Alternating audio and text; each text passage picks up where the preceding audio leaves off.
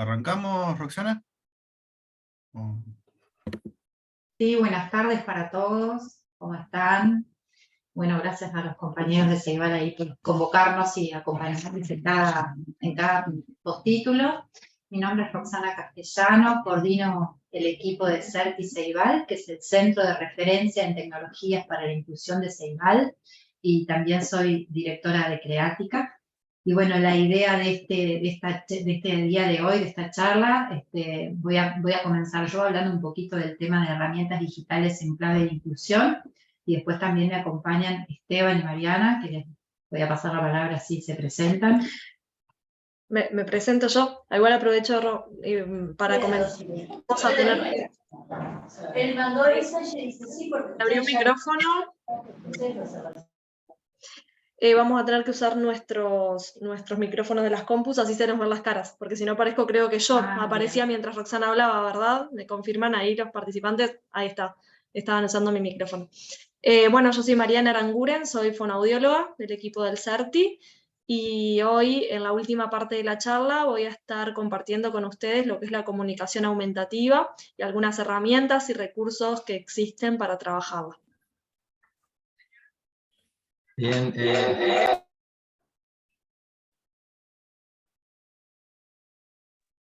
buenos días, mi nombre es Esteban, soy licenciado en Psicología, también soy parte del equipo técnico de Creática, y bueno, junto con este convenio que tenemos con Ceibal, formamos parte de lo que es el CERTI Ceibal, y es en este espacio que es el lugar donde estamos participando en el día de hoy. Yo voy a estar compartiendo lo que tiene que ver con los contenidos con accesibilidad cognitiva, lectura fácil y lenguaje claro.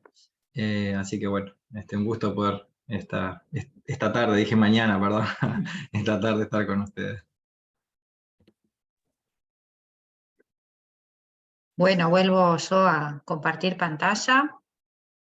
¿Están viendo ahí? ¿Sí? ¿Subo yo el volumen? Bien. Bueno, yo les contaba con qué tema voy a empezar, con herramientas digitales en clave de inclusión, y les hablaba del Centro de Referencia en Tecnologías para la Inclusión. Y bueno, quería empezar con esta frase y con esta imagen que sentimos que representa el trabajo que hacemos, ¿no? El mundo al alcance de las manos y las personas en situación de discapacidad.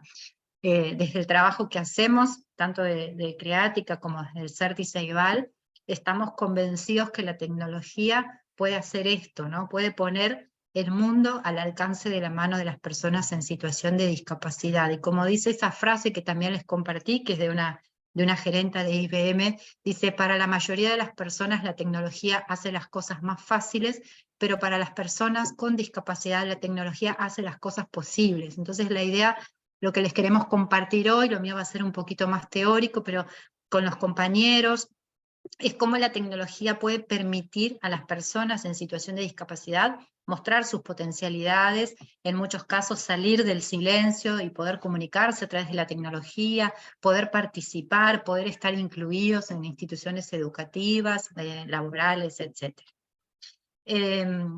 Antes de empezar con la charla, contarles brevemente lo que es el CERTI, el Centro de Referencia en Tecnologías para la Inclusión, que es un espacio de trabajo de un equipo técnico y profesionales, tanto de Ceibal como de Creática, que llevamos adelante distintas líneas de acción que ustedes pueden encontrar en el blog de formación, información de lo que es el CERTI Ceibal, y que este equipo se encarga de asesorar a docentes y a estudiantes en situación de discapacidad de todo el país, en qué herramientas tecnológicas son las más adecuadas para cada uno de los estudiantes. Bien, bueno, quería primero contextualizar un poco el tema de la inclusión educativa, ¿no? Que seguramente ustedes conozcan toda esta cuestión normativa, pero bueno, está bueno siempre refrescar y por si hay alguna que no conozcan, yo puse ahí algunas de las que existen a nivel nacional. Está por un lado la Ley General de Educación, ¿no? Que esta ley ya en su artículo 5 habla de quién es el sujeto de la educación y habla del educando, ¿no? Como el titular del goce y efectivo ejercicio del derecho, y que los docentes somos los que tenemos que poner a disposición y formular objetivos y propuestas y organizar los contenidos en función de los estudiantes, y en su artículo 6 habla de la universalidad, ¿no? Esto para no perder el foco, que ya desde la ley de educación se empiezan a hablar de estas cuestiones, ¿no? Después hay un protocolo de inclusión, que es del año 2017, que luego se hizo un nuevo protocolo basado en el anterior, que es en el del 2022. Este es el del año 2017. Ahí está el enlace, ustedes pueden entrar a esta página y aquí pueden descargar el protocolo. Lo voy a abrir, ¿sí? Aquí está el protocolo, después lo pueden leer con detenimiento, donde van a encontrar un poco la fundamentación teórica, pero también van a encontrar algunas estrategias y sugerencias en relación a algunas adecuaciones, ¿no? Entonces, en el punto 6 habla que las personas con discapacidad puedan acceder a una educación inclusiva, de calidad y gratuita en igualdad de condiciones, ¿no? Y en el punto 7, que las personas con discapacidad no queden excluidas del sistema de educación. Entonces, esto, volver a la legislación, mucho más abajo van a encontrar estrategias, y en el protocolo del 2022, que es como una actualización del anterior, desde esta página, ahí también lo pueden descargar, después les pasamos los enlaces. Ahí está el nuevo protocolo de inclusión, donde también hay algunas consideraciones, pero después también hay estrategias y recursos. Y por último, el lineamiento Codicen 2020-2024, donde en sus diferentes líneas de acciones va tocando el tema, pero ya en la primera línea de acción, en la número 1, habla de reducir las dificultades de acceso a los diferentes niveles del sistema a estudiantes con discapacidad, y acá empieza también a delinear algunas de las estrategias que el sistema pone en marcha para promover una educación inclusiva. Nada, ahí se llevan materiales como para leer y profundizar. Queríamos empezar compartiendo un poco cuál es nuestra mirada en relación a la discapacidad y cómo la tecnología puede ayudarnos en esto de la educación inclusiva, ¿no? Y algo que nosotros siempre planteamos e invitamos a los docentes es a ver si podemos generar un cambio de mirada en relación a los diagnósticos y a las etiquetas diagnósticas, ¿no? Si bien sabemos que es importante tener diagnósticos y conocer cuál es la condición o la situación de nuestro estudiante, muchas veces ese diagnóstico, como se ve en la imagen, puede transformarse en un peso, ¿no? Y nosotros siempre decimos que el diagnóstico me da algunas características, pero que no define a nuestro estudiante.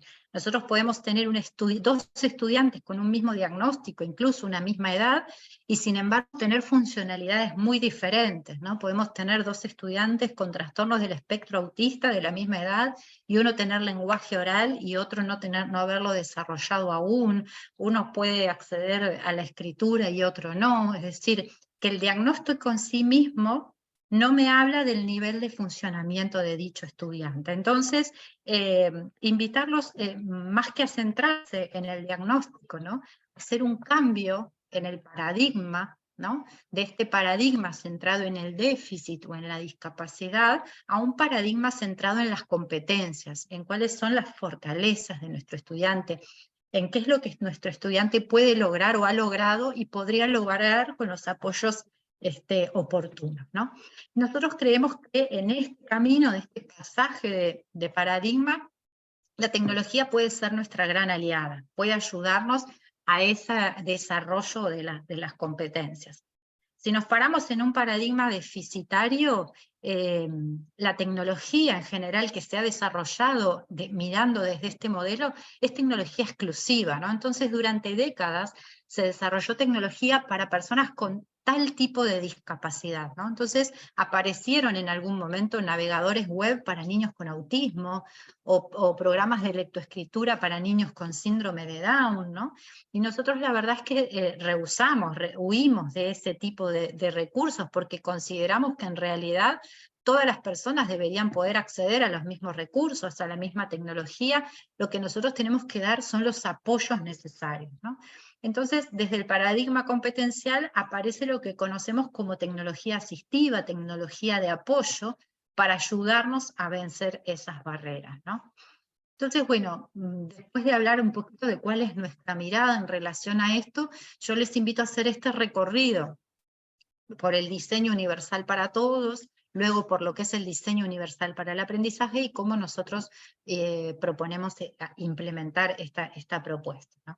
Entonces, bueno, desde el diseño universal o para todos, ¿no? El diseño universal en realidad es una línea que surge más desde la arquitectura, ¿no? Desde que tiene que ver con cómo están construidos los edificios, los entornos, los productos, para ajustarse a las personas. Pero con el avance de la tecnología, todo lo que tiene que ver con el diseño universal se ha ido trasladando también al área tecnológica, ¿no? Entonces, vamos a ir haciendo como un pasaje por los distintos principios que propone el diseño universal y vamos a tratar de pensar cómo esto podría llevarse al aula, ¿no?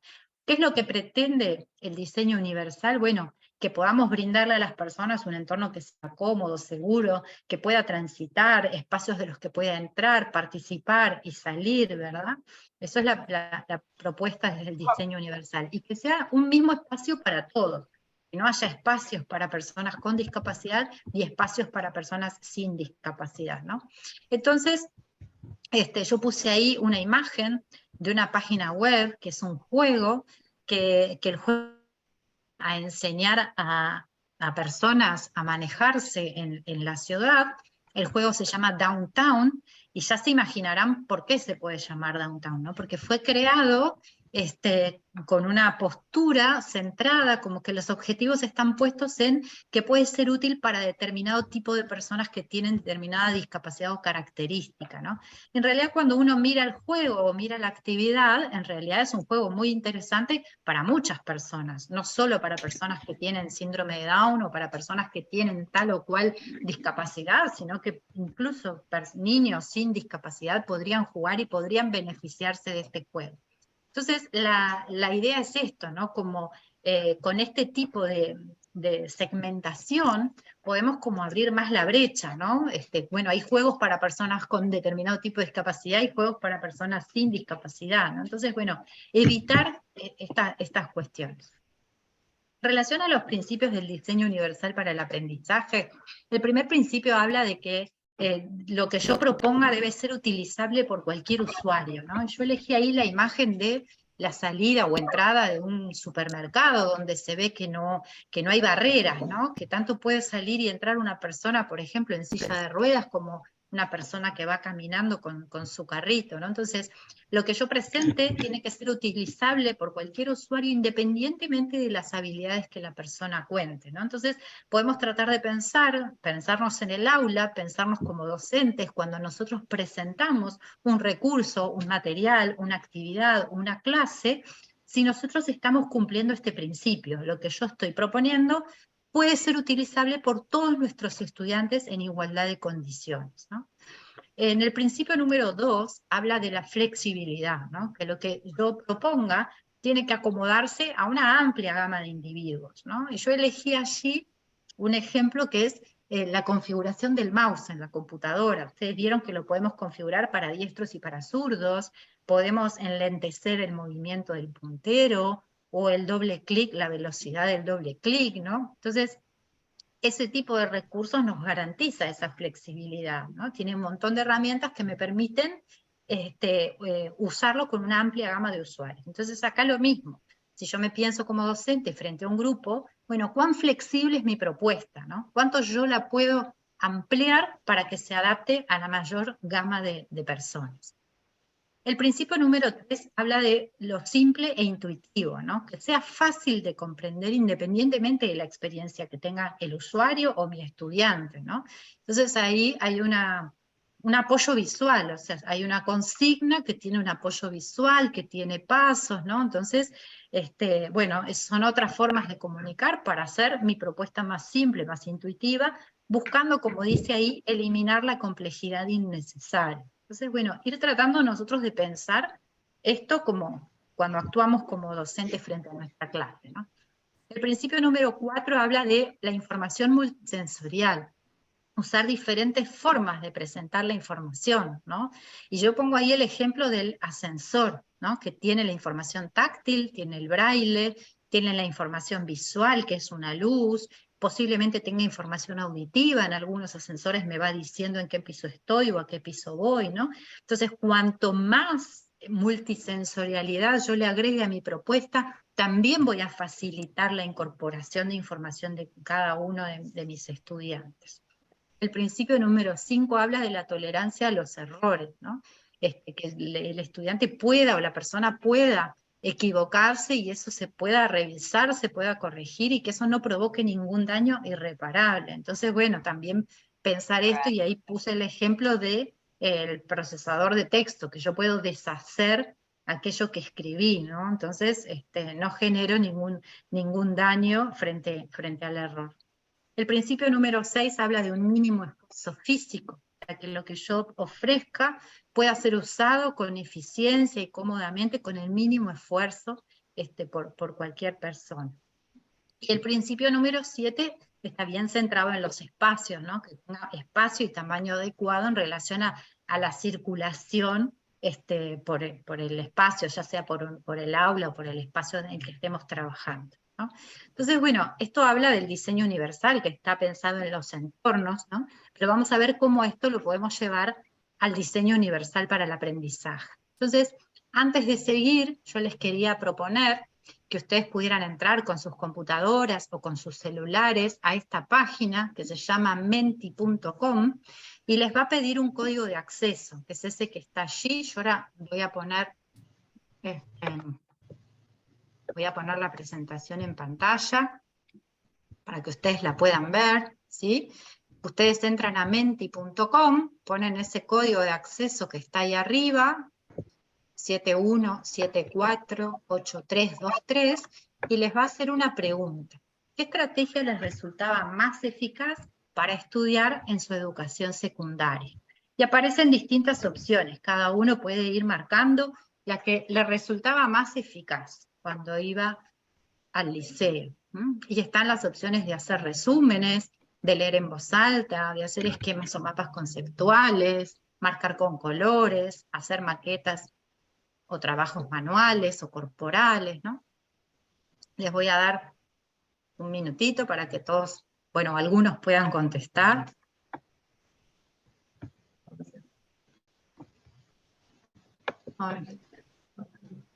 ¿Se puede poner más de una? No me acuerdo si lo configuré para creo que lo configuré para que una. El Mentimeter, no sé si Una lo conoce. Solo una. Sí. Porque yo lo configuré así, no sé si conocen esta herramienta, pero uno puede configurarlo para que los alumnos puedan contestar más de una vez. Eso depende cómo lo haya configurado. Bueno, lo que estamos viendo ahí es la diversidad que aparece en el grupo, ¿no? Habemos 52 personas en este grupo, no sé cuál es la condición de cada uno, si hay personas con algún tipo de discapacidad, pero independientemente de eso, aparece allí la diversidad, ¿no? Algunos de nosotros nos sentimos más cómodos, por ejemplo, en mi caso, con hacer esquemas o mapas conceptuales. Esa era la forma que a mí me resultaba más fácil para estudiar. Hay personas que necesitaban hacer resúmenes, ¿no? Escribir textualmente las ideas principales, ¿no? Y bueno, de esto habla la diversidad también de los estudiantes que nosotros tenemos en el aula, ¿no? Voy a pasar a la segunda pregunta. La segunda pregunta habla de qué tipo de examen me resultaba mejor para demostrar mis conocimientos. Si yo me tenía que enfrentar a un examen, ¿qué tipo me era más cómodo? Si oral, si escrito, si múltiple opción, si presentar un trabajo.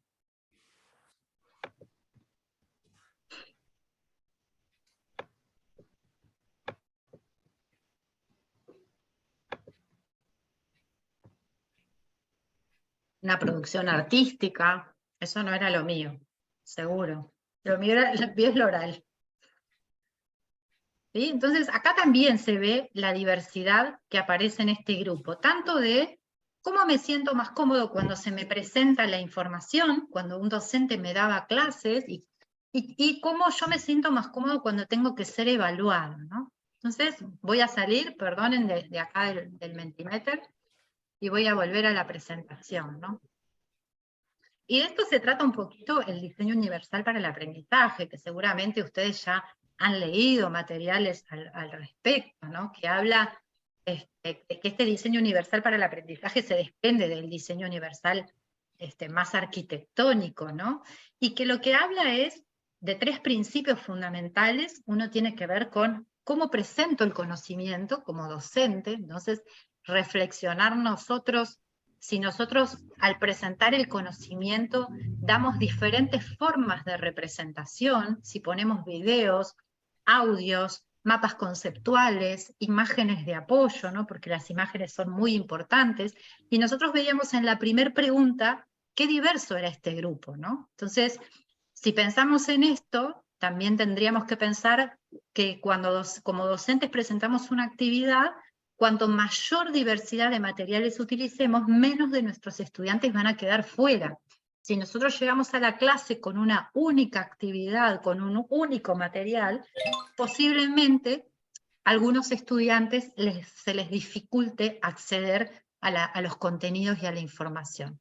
Y lo mismo en el principio de expresión a usar por el alumno, ¿no? Si nosotros la única forma de evaluar cuánto conoce nuestro alumno es, por ejemplo, a través de un examen oral, va a haber estudiantes que no se van a sentir cómodos con ese formato y posiblemente no puedan demostrar sus conocimientos, no porque no los tengan, sino porque el formato que elegí para evaluar no es el adecuado y el oportuno para ese estudiante, ¿no? Entonces, esto nos invita a pensar que como docentes, cuando presentemos nuestras clases, cuanto mayor diversidad en la propuesta, ya sea en la de presentar un conocimiento como en la de evaluar, vamos a obtener mejores resultados. Y ni que hablar la motivación, ¿no?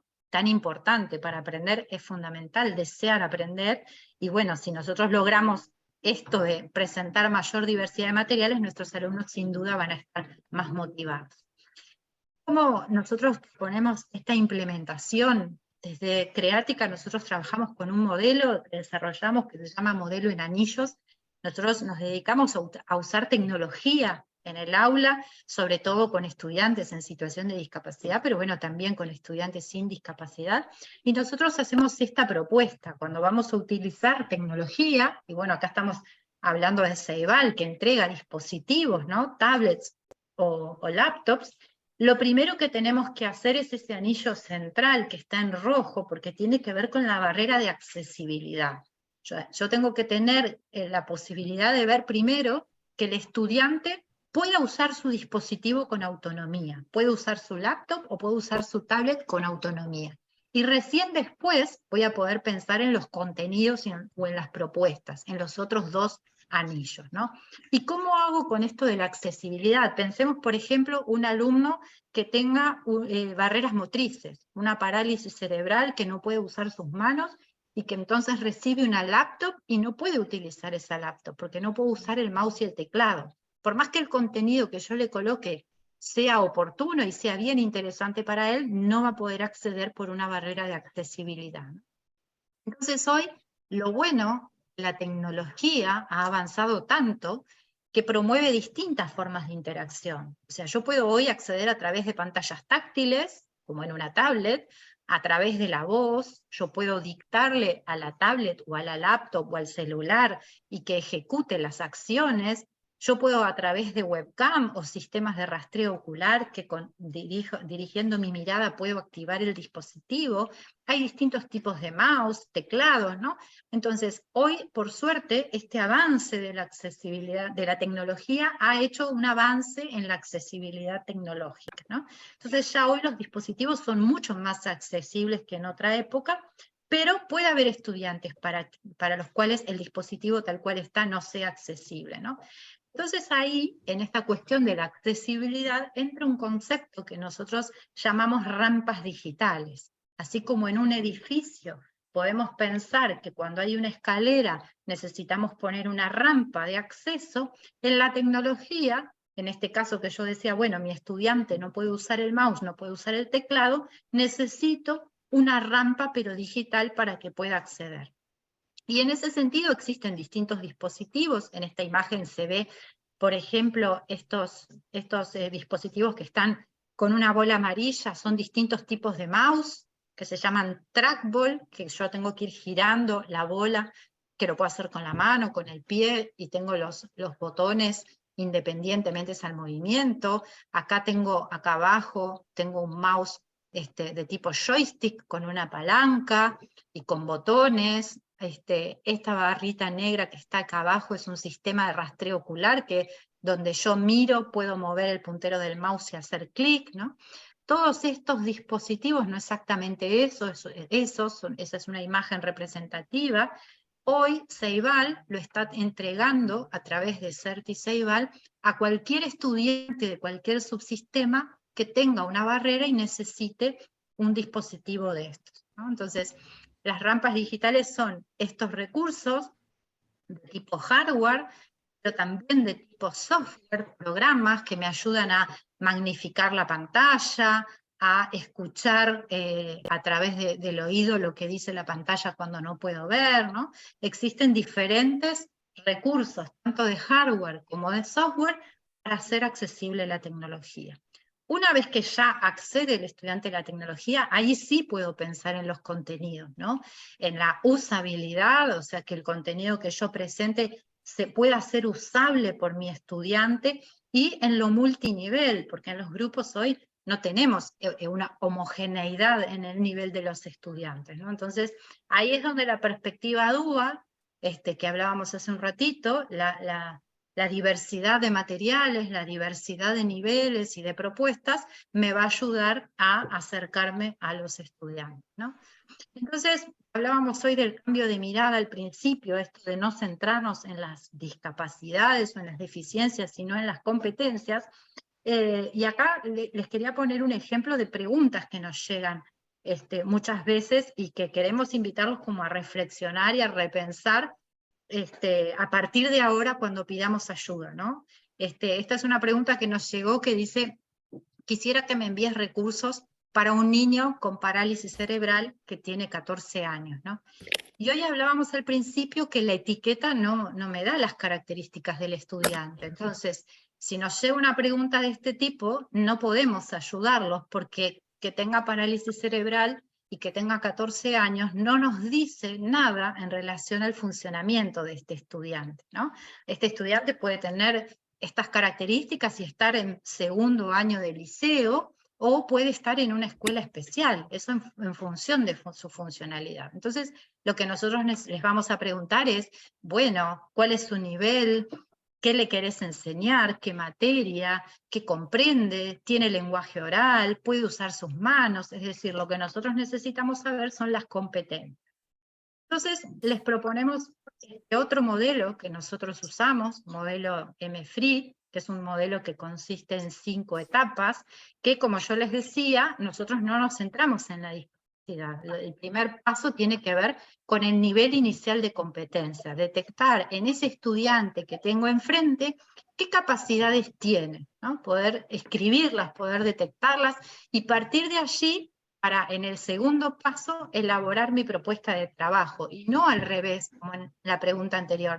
¿Tiene parálisis cerebral? Bueno, ¿qué quiero trabajar? No, conoce los números hasta el 10, por lo tanto quiero trabajar que conozca hasta el 100, ¿no? Entonces voy a buscar, en este caso software, porque nosotros trabajamos con tecnología, pero puede ser materiales, en papel, en alta y baja tecnología, para trabajar esas competencias. Y recién en el cuarto paso me voy a preguntar si necesita algún apoyo. Entonces ahí sí aparece, bueno, este estudiante tiene una parálisis cerebral y no puede usar sus manos, necesita una rampa digital, o necesita una adecuación de los tiempos, más tiempo, o necesita una adecuación del entorno, en los materiales, ¿no? Pero la discapacidad no aparece al principio, ¿sí? Y bueno, como en todo proceso educativo, una evaluación y un plan de mejora a este proceso. Para desarrollar este tipo de propuesta. Existen un montón de recursos que ustedes ya conocen. Ceibal tiene toda la línea de recursos educativos abiertos que ustedes están también aprendiendo a diseñar y a desarrollar. Tiene valijas de herramientas con una cantidad enorme de recursos para que ustedes puedan desarrollar sus propios materiales. Además de estos, tiene todas las plataformas de matemática, de lengua, ¿verdad? Además de esto, nosotros le queríamos mostrar Wiki-Inclusión, wikiinclusión.org, que es una wiki que desarrollamos desde Creática, que es un centro de recursos, ¿sí? Que no está dividido por edades, porque bueno, ya les dijimos que eso tampoco nos da información de qué puede cada estudiante, no está dividido por nivel, primaria, secundaria, ni por tipo de discapacidad. Lo que nosotros hacemos en esta wiki es dividirlo por áreas competenciales, las áreas que queremos trabajar. Queremos trabajar la autonomía, la comunicación y el lenguaje, las matemáticas, el medio natural y social, las competencias digitales, el conocimiento artístico, la transición al mundo laboral. Es decir, nos vamos a centrar en qué queremos trabajar. Allí está la wiki, una pantalla de la wiki. Si ustedes ven, aquí están las distintas áreas competenciales. Está orientado esto más hacia la educación primaria, digo, para situarnos en qué tipo de recursos pueden encontrar. Y cuando entran a algún área competencial van a encontrar competencia por competencia que están numeradas, y si hacen clic en una competencia van a encontrar recursos tecnológicos como software, videos, pero también en algunos casos material imprimible para trabajar esas competencias, ¿no? Como un repositorio de recursos que vamos haciendo crecer con el aporte de docentes y de profesionales que nos siguen sugiriendo recursos, ¿no?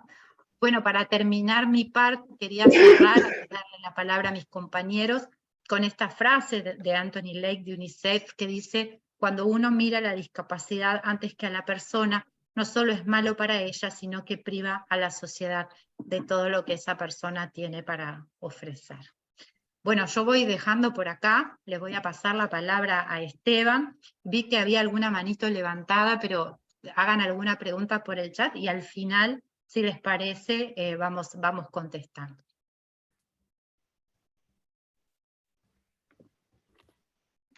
Bueno, vamos a bajar el... Bueno, buenas tardes nuevamente. Ahí, perfecto. Bueno, muy bien. Como les decía al principio, yo voy a estar compartiendo con ustedes lo que tiene que ver con los contenidos de accesibilidad cognitiva, lectura fácil y lenguaje claro, que también teniendo un poco en cuenta la pregunta que hacían recién con respecto a la tarea, si bien todos los contenidos que, bueno, los que llega Roxana y los que da Mariana son importantes, se va a centrar un poco en lo que yo voy a estar hablando, ¿sí? Digo por las dudas. Igual los contenidos también de materiales de apoyo los van a, no sé si ya lo tienen o los van a tener en la CREA, así que en ese sentido quédense tranquilos que los materiales y los links que fuimos mencionando van a estar disponibles allí también. Así que bueno, voy a compartir pantalla. Un segundito. Bien.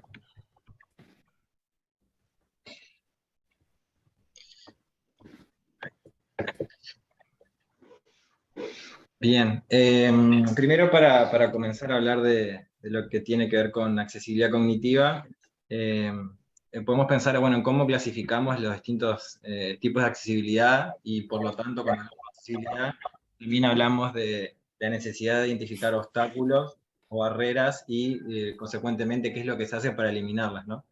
Como toda clasificación, bueno, son criterios como arbitrarios, esta es una de las clasificaciones, pero pero bueno, uno puede utilizar otras. La idea es para pensar en relación a estos conceptos.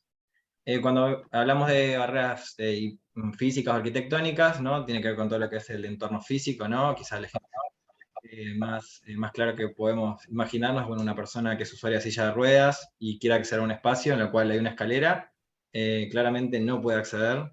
Entonces, bueno, ahí esa persona, que ahí aparece también el concepto de situación de discapacidad, ¿no? Porque es una persona que si hubiera una rampa o un ascensor, pudiera participar en las mismas condiciones que las otras personas, pero bueno, por esa barrera física o arquitectónica no puede hacerlo.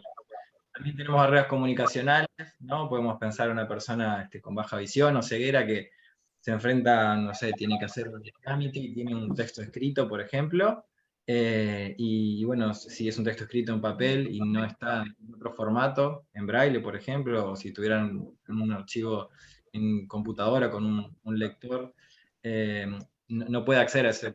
Bueno, ahí también tenemos una barrera comunicacional.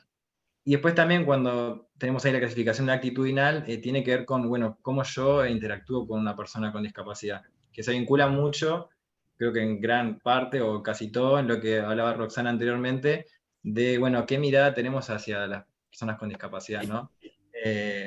Nosotros obviamente nos posicionamos como, vemos a la persona como un sujeto de derecho, ¿no? Como cualquier otra persona. Entonces ese punto de partida cambia todas las interacciones que nosotros tenemos con las personas, ¿no? Cosas que capaz que no nos damos cuenta habitualmente, ¿no? Hay una persona en silla de ruedas y le hablamos quizás a la persona que está con ella en vez de hablarle a la persona.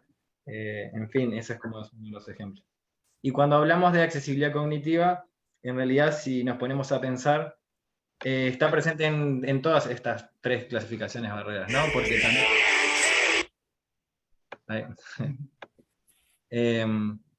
Ahí cuando hablamos de accesibilidad cognitiva, por ejemplo, hay elementos del entorno que pueden facilitar o no la comprensión del entorno, también a nivel comunicacional, que ahora vamos a profundizar un poco de eso, según cómo yo transmito los mensajes, puede generar barreras en lo que tiene que ver con lo cognitivo, y también en lo actitudinal, en cómo yo interactúo con una persona que presenta dificultades en la comprensión, ¿sí?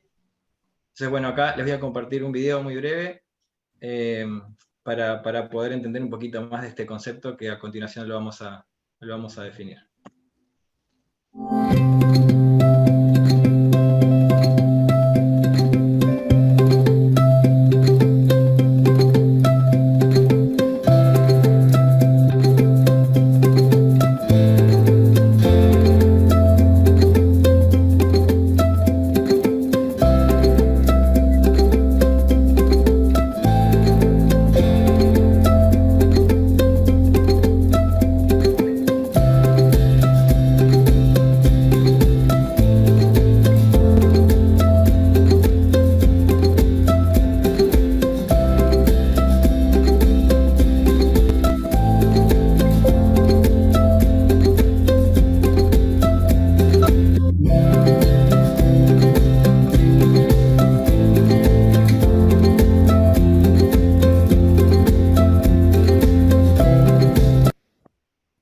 Bueno, muy bien, ahí teníamos en el video bien breve, pero también bien claro y bien concreto, 3 ejemplos de distintas situaciones en las cuales las personas se encontraban con distintos contenidos que estaban presentados de distintas maneras, ¿no? Al principio tenemos una persona que tenía un mapa, y ahí la forma en que estaba presentada esa información, en un caso generaba confusión, que no entendiera hacia dónde ir, en otro caso la persona lograba acceder al espacio donde quería, en la segunda en un restaurante, lugar donde quería pedir algo para comer, en la forma que estaba presentada la información en el menú, y también quizá, bueno, ahí cómo interactuaba la otra persona, cómo le presentaba la información, podía convertirse en una rampa, o en un facilitador, o podía funcionar como en el otro lado, como un obstáculo o una barrera. Y en el último caso, información en el entorno, ¿no? En ese caso, cómo estaban identificados los espacios, hacían que una persona pudiera acceder de forma autónoma a un servicio, y en el otro caso directamente no poder acceder a ese servicio, ¿sí? Estos son ejemplos que cotidianamente se ven enfrentadas muchas personas que tienen dificultades en la comprensión, y todo esto tiene que ver con el concepto de accesibilidad cognitiva, ¿sí? Cuando hablamos de accesibilidad cognitiva, hacemos referencia a las características o una propiedad que tienen los espacios, los entornos, los productos, los servicios, en fin, todas las cosas que interactuamos cotidianamente, que lo que hacen es caracterizar a esos elementos que puedan ser inteligibles o de fácil comprensión. Es decir, que las personas pueden conocer qué es lo que tienen enfrente, qué es lo que están interactuando, y a su vez comprenden, se entienden su uso, qué es lo que se espera que se haga con ellos. Esto se desprende un poco si uno piensa el concepto de diseño universal que comentaba Roxana anteriormente, pero he pensado en lo que tiene que ver con la comprensión, comprender, digamos, como decía, qué es, para qué sirve, cómo se usa, qué se espera que haga con eso. Todo eso es lo que tiene que ver con accesibilidad cognitiva. Obviamente, como dice la palabra, tiene que ver con la parte de comprensión, con lo que tiene que ver cuando involucra los procesos de pensamiento. Entonces, bueno, pensando en este concepto, podemos definir, bueno, quiénes se pueden beneficiar de las soluciones de accesibilidad cognitiva, ¿no? Soluciones de accesibilidad cognitiva hacemos referencia, bueno, a todas aquellas cosas que hacemos, digamos, teniendo en cuenta este concepto. ¿Cómo podemos hacer para que los entornos, los contenidos, los servicios puedan ser más accesibles desde el punto de vista cognitivo? Las personas que se benefician, podemos caracterizar como un concepto global a aquellas personas que tienen dificultades en la comprensión, ¿sí? Ahí podemos ubicar, bueno, a personas mayores que tengan deterioro cognitivo, extranjeros que tengan un dominio escaso de la lengua, personas que hayan tenido o tengan escasa alfabetización, también quizá el colectivo de personas con discapacidad intelectual, es uno de, bueno, donde surgen más estos contenidos que después vamos a ir viendo en esta charla, pero en general todas las personas nos beneficiamos de las soluciones de accesibilidad cognitiva, ¿sí? Porque, bueno, porque lo que hacen eso es facilitar la comprensión de los contenidos y del entorno. No voy a ahondar en lo que tiene que ver con accesibilidad cognitiva del entorno, porque en realidad no nos da mucho el tiempo, pero bueno, acá hay algunos ejemplos. Mariana también, que va a dar la parte de comunicación aumentativa y también un poco de apoyos visuales, algunos ejemplos, va a dar algunos más, pero bueno, acá tenemos algunos ejemplos de soluciones o acciones vinculadas a esto, que tiene que ver con identificar, por ejemplo, en un edificio, en un espacio más amplio, en el cual hay distintos espacios con distintas funciones, de forma clara, con colores bien claros, con letras en determinado tamaño, dónde está ubicado ese cartel también, acompañado en este caso de apoyos visuales, que se llaman pictogramas, que son imágenes representativas, bueno, de acciones, objetos, palabras, verbos, en este caso lo que representan son los distintos espacios.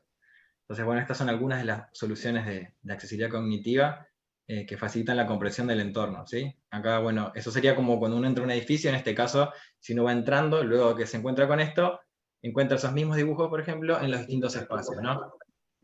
Entonces ahí hay una correlación entre lo que ve inicialmente y después lo que se empieza a encontrar en ese edificio, ¿sí? Ahí están identificados los espacios con pictogramas. ¿Bien?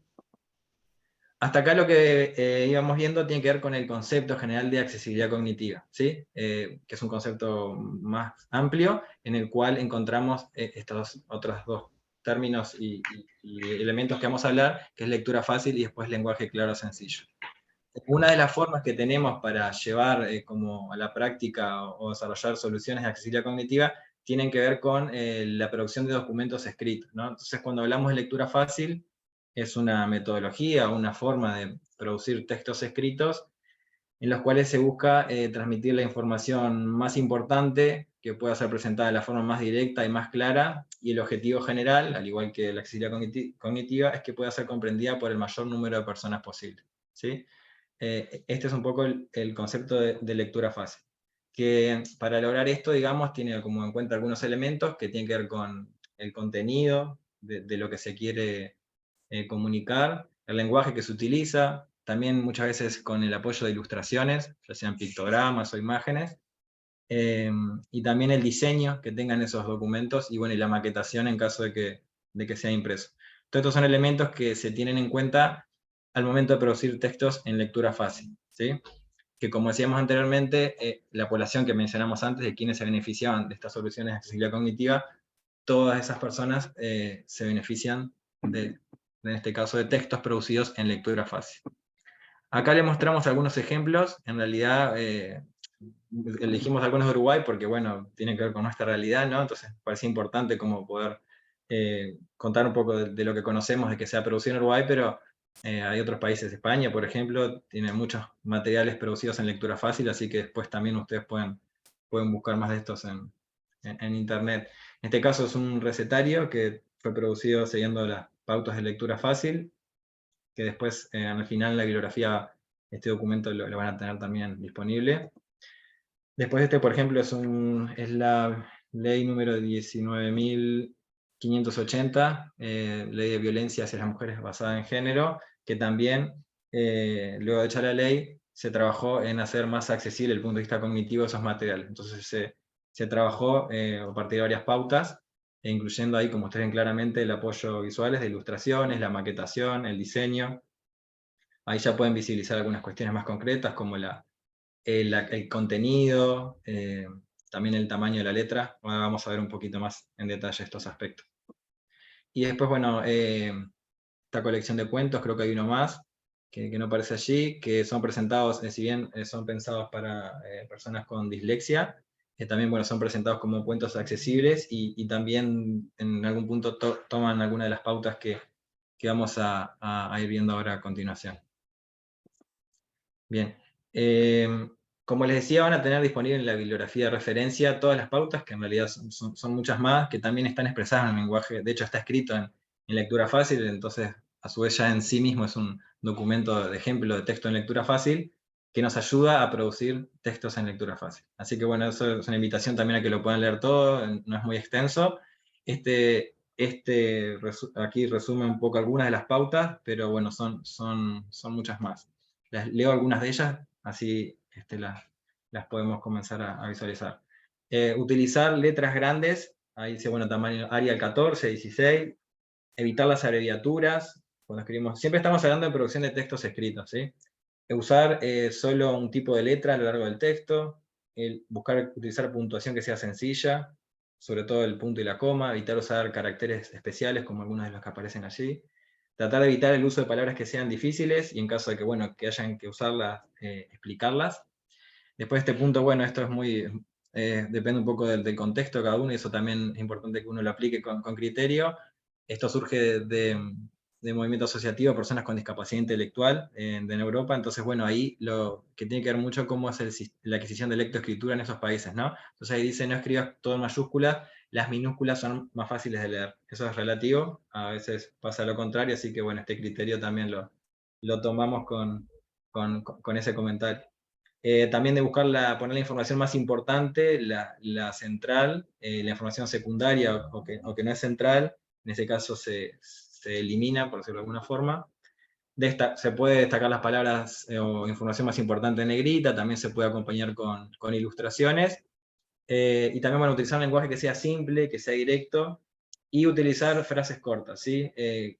Que cada frase, cada renglón, expresa una idea, ¿sí? Ahora vamos a ver algunos de estas pautas con algunos ejemplos de algunos documentos en lectura fácil. Acá tenemos el libro del Principito, que tiene en este caso este logo, que es el logo identificado. Creo que hay el micrófono abierto de Álvaro Suárez, me parece. ¿Se está escuchando? Gracias. Que es un logo identificatorio de lectura fácil. Si uno ve este logo en un texto, significa que se aplicaron las pautas de este documento que aparece en la referencia bibliográfica al final, y que también fue validado o testeado por una persona con discapacidad intelectual. Esos son como los requisitos, digamos, para cuando uno ve este logo, que se aplican estas dos pautas. Bueno, acá tenemos como ejemplo, más que nada que vean desde el diseño y más que nada la cantidad y la extensión de los párrafos, de lo que tiene que ver con el Principito, con las primeras páginas, ¿no? Ahí dice, lo leo porque después la siguiente aparece el mismo con lectura fácil. Dice, una vez, cuando tenía 6 años, vi una magnífica ilustración de un libro sobre la selva virgen que se llamaba Historias vividas. Representaba una serpiente boa tragándose a una fiera. Esta es la copia del dibujo. Y ahí sigue el texto. Y ahí vamos a ver el mismo texto aplicando las pautas de lectura fácil. En realidad, bueno, este cuento en sí está todo lo que es el Principito en lectura fácil. Esta es una selección para ver algunas de las pautas. Vieron que ahí está en color rojo, en líneas rojas, digamos, lo que tiene que ver con la expresión de lo que decimos que son frases cortas, una sola idea por frase, entonces vas dividiendo. Dice así, dice, cuando yo tenía 6 años, esa es una idea, entonces es un renglón. La siguiente transmite otra idea, dice, leí un libro, o sea, ¿qué hice cuando tenía 6 años? Leí un libro sobre los animales de la selva. Esa idea, ese renglón. Vieron que no continúa en el primer renglón, porque la idea es ayudar el proceso de lectura que vaya acompañando el proceso de comprensión. Y ahí dice, bueno, ¿qué hacía ese libro? Explicaba, ¿qué explicaba? Que las boas se tragan. Abajo dice, que se tragaban a sus presas sin masticarlas. Entonces, ese proceso de organización de la información ayuda a que la persona comprenda más fácilmente esa información. palabras que sean difíciles, vieron que al costado aparece la definición de BOA, a veces aparece en el cuerpo mismo del texto, en este caso aparece hacia un costado. Esas son, bueno, algunas de las pautas que hablábamos. No utilizar palabras difíciles, y en caso de que sí sea necesario usarlas, explicarlas. También aparecen otra de las pautas, que es utilizar las cantidades escritas en dígitos. También, bueno, el mismo tipo de letra a lo largo de todo el texto. En realidad, bueno, esto lo verían si ven todo el texto, pero todo el texto tiene la misma tipografía, no va cambiando del tipo de letra ni el tamaño. Bueno, este después es otro ejemplo, ahí como decíamos, utilizar un lenguaje directo, entonces dice, para comprender qué es una alimentación saludable tienes que saber. Va dirigido directamente a la persona. Es un lenguaje como un tono cercano y dirigido directo a la persona. También ahí el evitar usar abreviaturas, por ejemplo, no dice p.eg, sino que dice por ejemplo, toda la palabra completa, y palabras que pueden ser difíciles, como en este caso, están definidas en el mismo cuerpo del texto. Este es un ejemplo del recetario que mostraba anteriormente. Bueno, este también es un ejemplo de recetario, en este caso cuenta con apoyos visuales, con ilustraciones. Bueno, en este caso son pictogramas, también podrían ser fotografías, en el cual, bueno, el diseño ven que es como sencillo, no está cargado de estímulos, están divididos por una línea, digamos, cada uno de los contenidos, aparece en escrito, y también aparece en pictogramas, digamos, que también acompañan, en este caso, a las cantidades, ¿no? Las tazas, aparecen 2 tazas, porque son 2, y aparece también el texto escrito allí. Después, en este caso, sería la receta, parte de la receta, creo, ¿sí? En el cual también está organizado by números, están claramente separados los pasos, y también la posición de los dibujos van tratando, de los pictogramas, perdón, van orientando el sentido de lo que uno va diciendo. También el texto, vieron que cada acción está separada en renglones diferentes, inclusive eso se podrían separar en 2 pasos si uno quisiera, cada uno de los tres renglones. Y acá tenemos, en este caso, es esta misma receta, cómo sería quizás si uno no le aplicara las pautas de lectura fácil. Dice, en un bol colocar la harina, el polvo de hornear y el queso rallado, y después mezclarlo. En otro recipiente poner aceite, la leche y luego revolverlo, después mezclar las 2 preparaciones en un mismo bol. Entonces, bueno, acá vemos que esto que está acá y esto que está acá, en realidad el contenido es el mismo, pero la forma de presentación es diferente. En bueno, no hay apoyos visuales, la forma de la reacción es distinta, se usan palabras quizás que puedan ser para unas personas de difícil comprensión, como el bowl, por ejemplo, usa distintas palabras para explicar lo mismo. Entonces, bueno, en esto tratar de buscar usar las mismas palabras a lo largo del texto para generar familiaridad, ¿no? con respecto a los conceptos o los contenidos que se quieren expresar, y bueno, y claro que va acompañado de apoyos visuales y demás. Esto era para que visualmente tuvieran como un ejemplo de entre una y otra presentación, igual que en el caso del Principito. Acá no lo voy a leer, pero también es un texto de un libro de historia, que habla sobre, en este caso, la revolución de los transportes sobre el ferrocarril, y acá visualmente cómo cambia, digamos, cuando uno aplica las pautas de lectura fácil, que, como decía, vieron que parecía que fuera un poema, ¿no? Pero tiene que ver con esto de que cada idea se transmite en un renglón, entonces, bueno, por defecto queda con este formato que si uno lo mira así visualmente, tiene esta forma.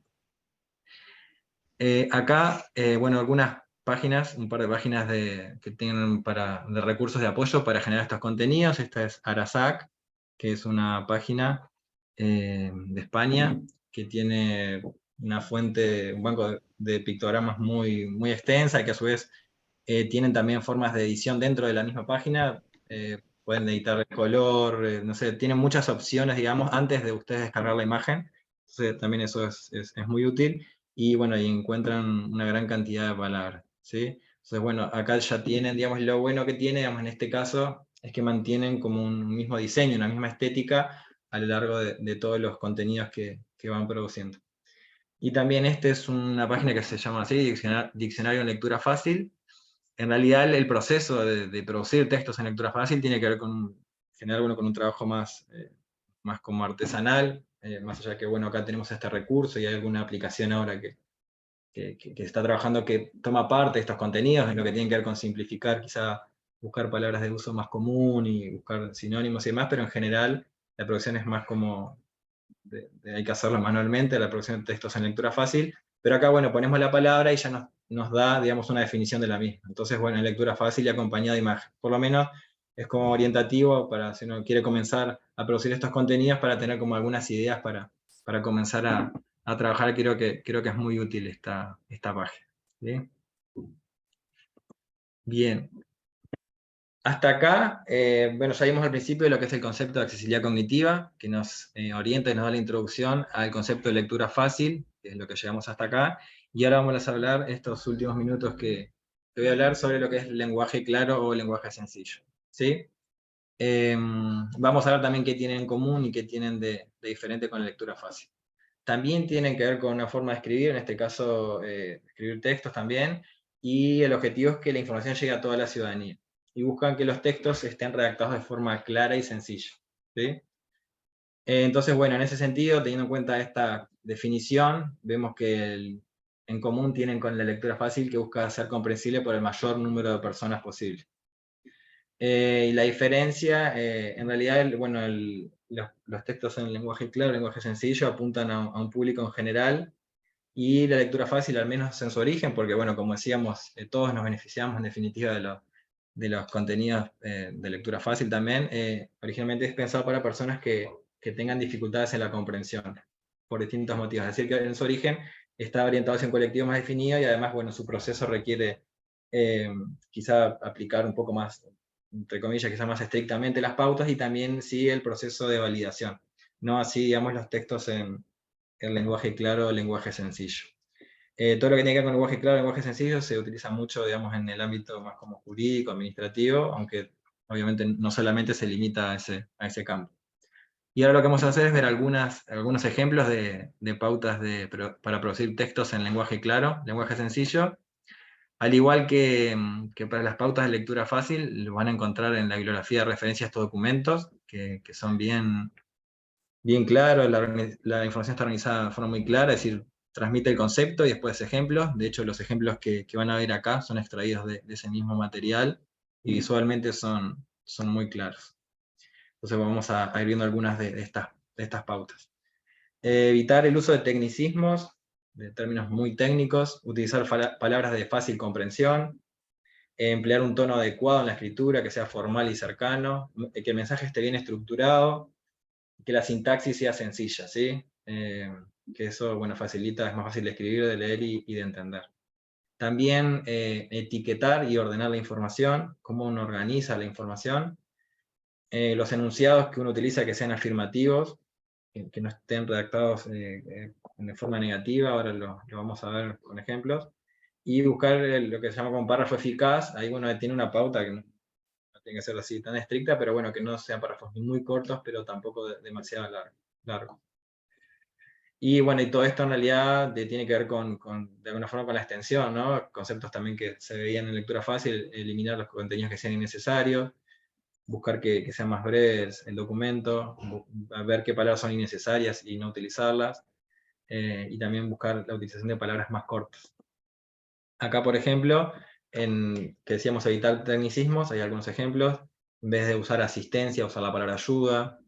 En vez de utilizar la palabra con anterioridad, utilizar la palabra antes. En vez de respuesta, responder. Son palabras que dicen lo mismo, casi lo mismo, pero son más sencillos de comprender y de leer. Acá, en este caso, vemos, bueno, utilizar palabras que son de fácil comprensión. Leo el primer ejemplo, dice: optimizar en la medida de lo posible el curso evolutivo del desarrollo infantil. Y después, en la columna derecha dice: potenciar el desarrollo infantil. Entonces, bueno, también vemos cómo se acorta la extensión del texto y mejora la claridad del mensaje. En un tono cercano, acá en el de arriba, el ejemplo de dice: las reclamaciones pueden ser realizadas para la mejora de los servicios, y después el otro utiliza un tono más cercano hacia la persona, dice: usted podrá hacer reclamaciones. Abajo dice: puedes hacer reclamaciones. El tono, digamos, de que va dirigido el texto cambia. Después esto no lo vamos a leer, pero sí vean visualmente la estructuración de los contenidos. Acá está presentado de esta forma. Y acá es el mismo contenido, en el cual obviamente se quitó información y se cambió algunas, pero bueno, vemos cómo cambia acá y acá, en la extensión. Es mucho menos, digamos, la extensión. En lo que tiene que ver con etiquetar y ordenar la información, lo mismo, el contenido es el mismo, pero bueno, está ordenada, visualmente es distinto, es más fácil de leer, es más atractivo, anima más y facilita la comprensión. El utilizar enunciados afirmativos, entonces a la izquierda tenemos como un ejemplo y a la derecha cómo sería aplicando esta pauta. Dice, el resto de modificaciones que no puedan ser consideradas no sustanciales. Vieron que ya lo leo y yo ya me estoy entreverando, no sé si les pasa lo mismo. Y el siguiente dice, el resto de las modificaciones que se puedan considerar sustanciales. ¿Sí? A veces como queda escrito de una forma muy rebuscada que en definitiva termina siendo muy difícil de leer y comprender. Bueno, esto también un poco lo que hablamos de la extensión de los párrafos, la utilización de párrafo eficaz, ni muy cortos ni tampoco muy extensos. Acá también no los voy a leer, pero para que vean visualmente cómo cambian transmitiendo el mismo mensaje. Y la extensión de las palabras, ¿sí? ¿No? Por ejemplo, dice en vez de finalidad, fin, en vez de vinculación, vínculo, en vez de asistencia, ayuda, en fin, muchas palabras que podemos buscar, palabras que sean más cortas, que son de más fácil la lectura. Bien, por acá los documentos de referencia, que después los van a tener disponible también, así que bueno, si quieren los pueden copiar ahora, pero igual no se preocupen que los van a tener en la CREA.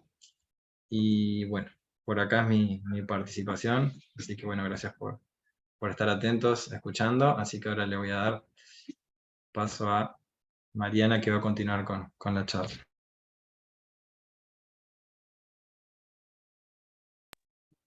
Bueno, buenas tardes.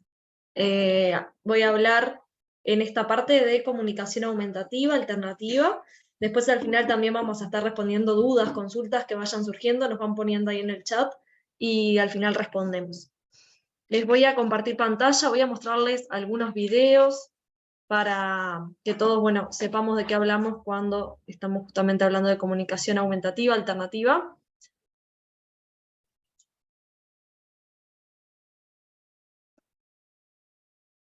Yo creo que ya me presenté, soy fonoaudióloga del equipo del CERTI. Y bueno, vamos a empezar mirando algunos videitos. Primero les voy a mostrar a Nelson, que es un joven que tiene parálisis cerebral. Él hace algunos meses que está utilizando un sistema de comunicación aumentativo alternativo, lo que vamos a ver un poquito hoy, en su computadora, que son estas imágenes, estos pictogramas que se ven acá, que van a ver ahora ustedes que él accede, o sea, se comunica a través de la computadora y de un rastreador ocular. Es decir, él usa la computadora, él usa su sistema de comunicación a través del movimiento de sus ojos, porque Nelson no dice palabras, no se comunica de manera a través del lenguaje oral.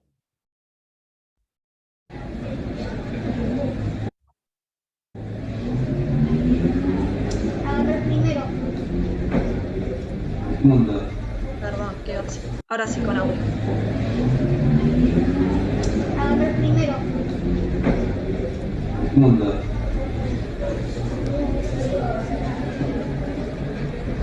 Mundo.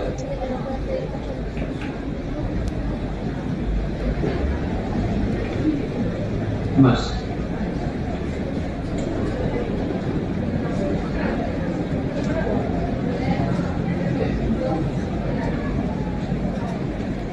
Accesible. Yo soy un mundo más accesible. Sí, con esta frase me quedo, en realidad, y arranco para charlar de lo que es comunicación aumentativa. Él, no sé si lograron ver, acá se ve en una pantalla gigante porque justo, bueno, este video es de una charla en la que él participó con Roxana y educadoras de acá de Creática, pero en realidad él está utilizando, a ver si acá, está mirando su computadora y en su computadora es que está este programa de comunicación aumentativo con imágenes. Y él accede a través de esta rampa digital, que es el rastreador ocular, y donde él mira, hace clic, y donde él mira, en este caso, comunica y arma sus mensajes. Un mensaje más que importante ahí el que está Nelson transmitiendo. Yo sueño un mundo más accesible, que él con 23 años ahora puede tener voz y puede hablar y puede comunicar lo que él necesita y lo que quiere decir. Les voy a mostrar otra situación diferente. Van a ver a Elías, utilizando en este caso lo que nosotros le llamamos baja tecnología. Él usa una carpeta, un cuaderno con pictogramas, imágenes impresas, que también le permiten ir comunicando, ¿sí?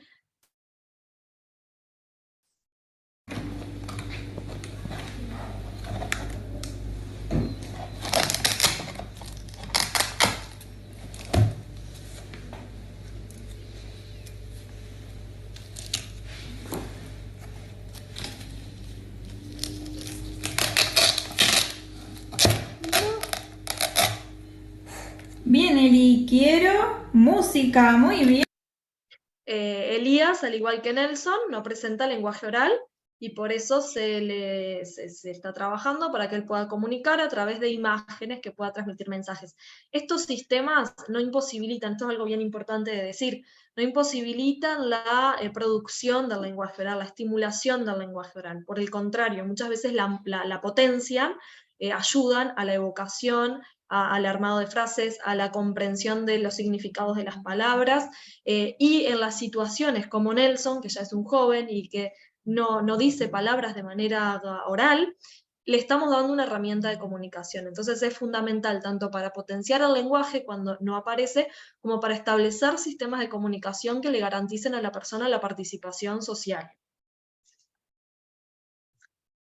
Voy a mostrar otra situación diferente. Van a ver a Fausto utilizando, en este caso, sí tecnología, está utilizando una tablet en la que tiene un programa gratuito de comunicación, y lo mismo, está armando, bueno, en este caso no está armando frases, está diciendo una palabra suelta, está pidiendo jugar con burbujas.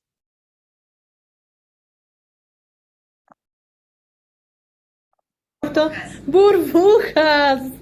Bien.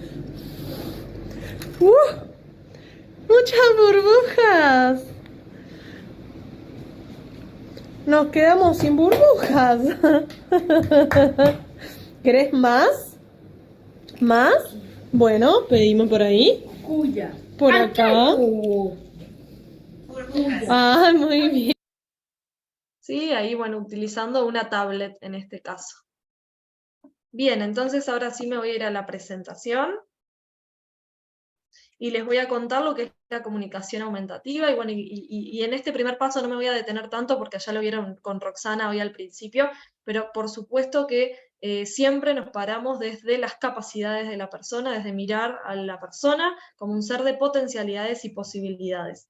Cuando hablamos de comunicación aumentativa, justamente, y vamos a ver que hablamos de personas que no presentan lenguaje oral o presentan lenguaje oral que no es claro.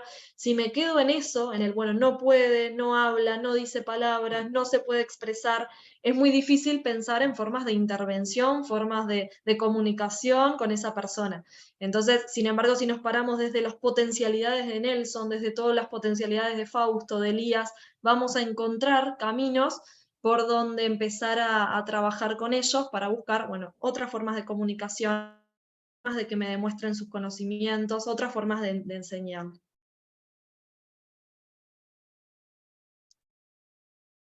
Entonces, bueno, muy brevemente, una definición muy concreta de lo que es comunicación aumentativa, son justamente formas de expresión que utilizan las personas que por algún motivo no presentan lenguaje oral, lo perdieron o no pueden comunicarse satisfactoriamente.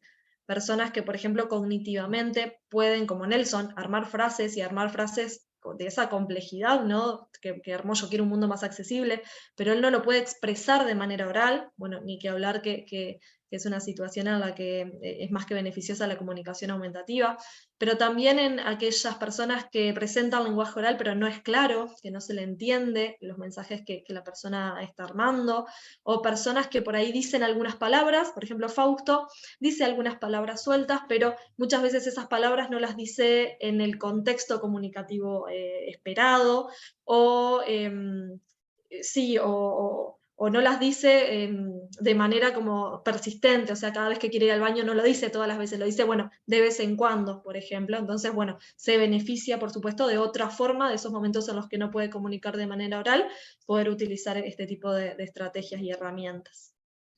Nosotros vamos a centrarnos en la comunicación aumentativa. Todos los ejemplos que vimos son de comunicación aumentativa y alternativa con soporte físico, con apoyo de otros elementos externos al cuerpo, con la necesidad de usar una computadora, una tablet, imágenes impresas y materiales externos al propio cuerpo, pero tenemos que saber también que existen otros tipos de comunicación aumentativa que no requieren apoyo de elementos externos, como por ejemplo la comunicación bimodal, que utiliza la palabra hablada con gestos. En este caso hablamos de comunicación aumentativa con apoyo físico, con soporte físico, porque necesitamos de estos elementos externos para potenciar la comunicación. Tampoco hablamos de edades, en realidad desde niños hasta adultos pueden beneficiarse de la comunicación aumentativa, y tampoco hay un tipo de discapacidad que sea el que se beneficia de la comunicación aumentativa. Es cualquier persona que presenta desafíos importantes en su lenguaje y comunicación. La diferenciación de lo que es alternativo y lo que es aumentativo, en realidad le llamamos comunicación alternativa cuando sustituye totalmente el habla, y le llamamos aumentativo cuando es un complemento del habla, ¿sí? Nos gusta a nosotros pensar que en realidad la mayoría de las personas aplicamos lo que es comunicación aumentativa, porque la persona ya dice algunas palabras, o ya dice algunos sonidos, o ya por lo menos tiene una forma muchas veces de comunicarse de manera clara, más que nada con su círculo más cercano. Entonces, por lo general hablamos de comunicación aumentativa, es una forma de aumentar. Y utilizar estos recursos no quiere decir no usar otros, o sea, no usar gestos para comunicar, o no usar palabras para comunicar, no. Hacemos una sumatoria para que la comunicación sea más eficiente, eficaz en todos los espacios. La mayoría de las veces es esto, es complementario a otras formas de comunicación. El objetivo de la comunicación aumentativa, alternativa, es proveer a la persona con necesidades complejas de comunicación de un sistema que optimice su potencial comprensivo y expresivo en el mayor número de contextos posibles. Y acá, bueno, entran ustedes como actores muy importantes, los docentes, porque estudiantes que estén utilizando estos sistemas, por ejemplo con la fonoaudióloga, o la familia que empiece a utilizar este tipo de sistemas, si el estudiante no lo utiliza en todos los contextos, y más que nada en el centro educativo, en casa, que es cuanto más tiempo está en realidad, si contabilizamos las horas del día, se queda esto como un ejercicio con la fonoaudióloga, como un ejercicio con la docente que lo está aplicando. Es fundamental generalizar, que todos quienes rodeamos a la persona y quienes conformamos como su grupo de apoyo, estemos informados de qué es esto, estemos informados de cómo se usa, de cómo comunicarnos con esta persona, para justamente que se transforme en la voz del estudiante y no en un simple ejercicio que realiza o una herramienta que utiliza con una persona en particular.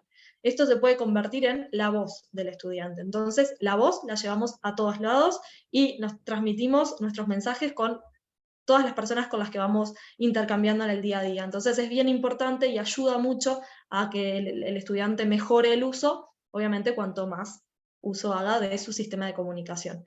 Fundamental que todos quienes trabajamos con el usuario podamos utilizar el sistema de comunicación con él. También ahí dice que potencia el nivel comprensivo y expresivo del lenguaje, porque en realidad, bueno, sabemos que muchas veces un estudiante que necesite un sistema de comunicación, o sea, que tenga afectación en el polo expresivo del lenguaje, muchas veces ese estudiante también puede llegar a tener alguna barrera, algún desafío en lo que es el nivel comprensivo del lenguaje. Entonces, estos apoyos visuales no solo le van a ayudar a expresar, sino también a comprender qué se espera de ellos, comprender qué le estamos pidiendo, comprender cómo solicitar, cómo pedir, cómo comunicar, ¿sí? Bien, y también, bueno, en realidad eso respecto al nivel comprensivo. Y expresivo, creo que con los ejemplos que se mostraron es más que clara la importancia. Bien, entonces les voy a mostrar ahora, a modo de ejemplo, simplemente algunos de los comunicadores a los que podemos acceder. Hay muchísimos en el mercado, muchísimos. Cada uno con sus características, algunos muy similares a otros. Vamos definiendo cuál es el indicado para cada persona en función de las características de la persona que vaya a usar el sistema de comunicación. pero a modo de ejemplo, por si a ustedes, a alguno les interesa, por ejemplo, descargar alguno de ellos, probarlo, si están pensando en algún estudiante que pueda beneficiarse de la comunicación aumentativa, pueden descargarlos y por lo menos empezar a probar con algunos de estos, y después siempre nos pueden consultar, obviamente, si están pensando en alguien a quien se pueda beneficiar, a ver si estos son los más adecuados o hay otros. Este, por ejemplo, el primero se llama Seboard, es totalmente gratuito, se puede utilizar en celulares, en computadoras. Verán que está organizado como por categorías semánticas, o sea, este está en otro idioma, pero el idioma se cambia desde la configuración fácilmente. Está organizado por categorías, como les decía, las comidas, las bebidas, las personas, la ropa, las partes del cuerpo. Es totalmente editable, todos estos comunicadores que vamos a mostrar son totalmente editables, es decir, puedo agregarle categoría, por ejemplo, la categoría de la materia que estamos dando o el tema que estamos dando en la clase, y adentro se puede poner todo el vocabulario necesario para trabajar eso. Se pueden poner estos que son pictogramas, o también se pueden poner fotos reales, ¿sí? La foto real de los compañeros, la foto del patio, la foto del material que estamos trabajando, ¿sí? Y todos los dispositivos tienen salida de voz. Entonces, cuando yo presiono, como vieron con Fausto, que tocaba burbujas, y la salida de voz del dispositivo se escuchaba que dice burbujas. Bueno, lo mismo Nelson, él iba armando, y por la salida de voz de la computadora se va armando el mensaje y se va transmitiendo de manera audible. Este es otro que tiene una versión gratuita de prueba y una versión paga, que la particularidad que tiene, verán que es un poquito quizás más, no tan intuitiva como el que veíamos anteriormente, que era como por categorías semánticas organizado.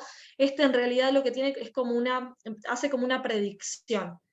Con el uso del usuario, a medida que el usuario lo va usando, va guardando, como en su banco de información, las horas del día, la ubicación en donde está el usuario utilizando el comunicador.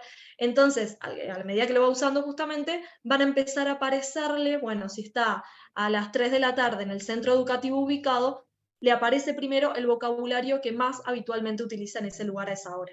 Si está en la casa en un determinado horario de noche, le va a aparecer el vocabulario que principalmente utiliza habitualmente en la casa a esa hora de la noche. Y así. Entonces, esa particularidad está interesante para algunos usuarios. Para otros es como más confuso y más complejo, pero para algunos es bien interesante. Y este es un sistema de comunicación, este es el que estaba usando, por ejemplo, Nelson, porque vieron que Nelson es un joven que cognitivamente tiene una comprensión que es muchísimo mayor a lo que él puede expresar. Entonces, los comunicadores anteriores a Nelson, por ejemplo, le quedaban como cortos, había que editarlo y había que agregarle muchísimo más vocabulario, muchísimas más palabras, muchísimos más tipos de palabra. Y este tipo de comunicador, que estos sí este sí puntualmente, hay otros que no, este puntualmente es pago, permite, como verán acá, hasta poner singular, plural, puntuaciones, masculino, femenino, está organizado como para una charla rápida, vocabulario de charla rápida a mano, vocabularios de temas particulares, o sea, tiene muchísima más información, está organizado de una manera que para él, por ejemplo, para Nelson, es espectacular, que tiene la posibilidad de comprender todo esto. Bien, eso respecto a algunos ejemplos de comunicadores con pictogramas, con imágenes, que es los ejemplos que vimos en los videos, ¿sí? Pero después simplemente para que sepan que existen, hay otros sistemas, en realidad, otros recursos digitales que ayudan también a facilitar la comunicación, y son esto principalmente a través de texto, ¿sí? Por supuesto que para utilizar este tipo de comunicadores la persona tiene que tener como un buen manejo de la lectura, por lo menos, ¿sí?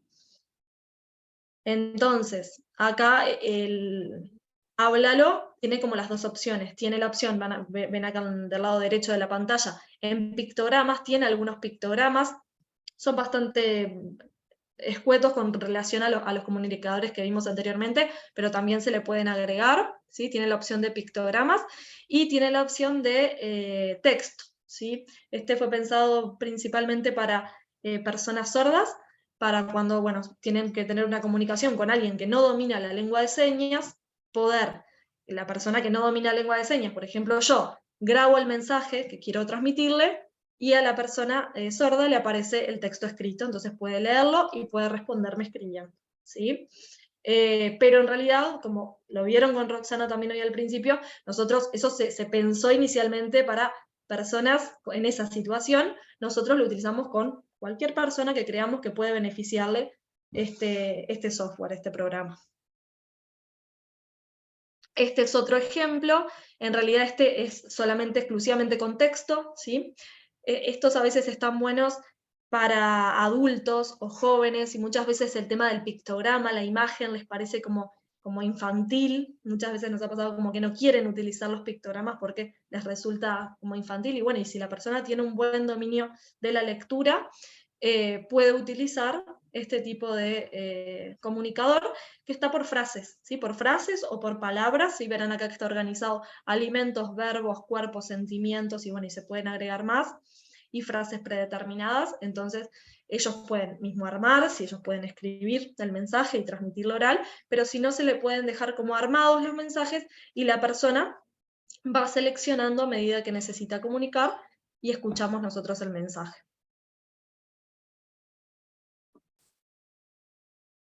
Bueno, esto es de manera también complemento, en realidad, este tipo de programas de transcripción, lo que hacen son, si yo grabo justamente la voz de alguien que me está intentando decir algo, bueno, lo mismo, me aparece eso que me están diciendo en texto, ¿sí? Entonces pasa un poco similar al habla, lo que veíamos hoy.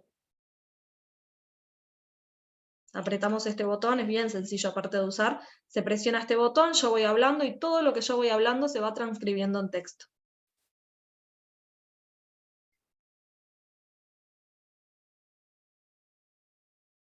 Bien.